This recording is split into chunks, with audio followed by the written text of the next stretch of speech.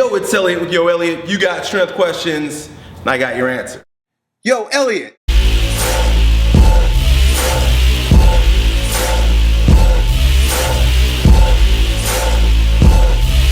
Today's question is a text question. It comes from the Clyde, 1993, and he wants to know why his abs never feel like they're being utilized when he crunches and does a lot of ab exercises. What you've got to recognize, the Clyde, is that you're probably experiencing a phenomenon called reciprocal inhibition. This is where you've got certain muscles, like I've described in other muscle amounts videos, that are overactive, hypertonic, and in their activation, in their mechanical activation, doing what they do, they shut off other muscles. They make it so that other muscles can't do their job. In the hip abdominal region, this is generally manifest by having overly developed or tight hip flexors and quadratus lumborum. Your hip flexors are going to create a situation whereby you hyperextend at the low back, and which creates a situation whereby your abdominals no longer work because the hip flexors do all the work. The reciprocal inhibition is where the hip flexors are being overutilized, the abdominals are doing nothing. Also, the quadratus lumborum, a lot of people don't know this, but they can act as flexors of the trunk, especially when they co-contract.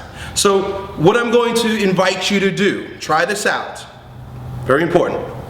Stretch your hip flexors. I've done videos on this before, basically where you extend your hip and then add an extra lean in like this. So you're stretching your hip flexor and you're also stretching out your QLO, quadratus lumborum, somewhat. Stretch both sides.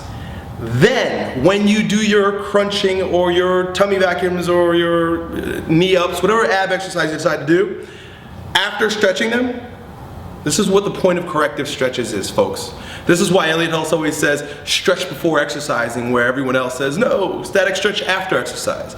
You want to deaden the neurological response to those muscles by stretching them before you do your ab exercise. And then when you do your ab exercise, focus on keeping your hips tucked under. Posteriorly tilt your hips. So when you lay down on the floor or you're doing hanging knee raises, curl your hips under you, which is going to create a situation where you can activate namely your rectus abdominis that much more. Also, think about pulling your belly in. That's going to get your deep abdominal wall to work that much more. One more thing you can add to that pulling in of the belly button is the drawing up of your anus to create what some people call a root lock or a pelvic floor lock. And that's going to train your deep abdominal wall. The crunches will train your rectus abdominis, your more superficial abdominal muscles. Hope that helps. Talk to you next time. Yo, Elliot.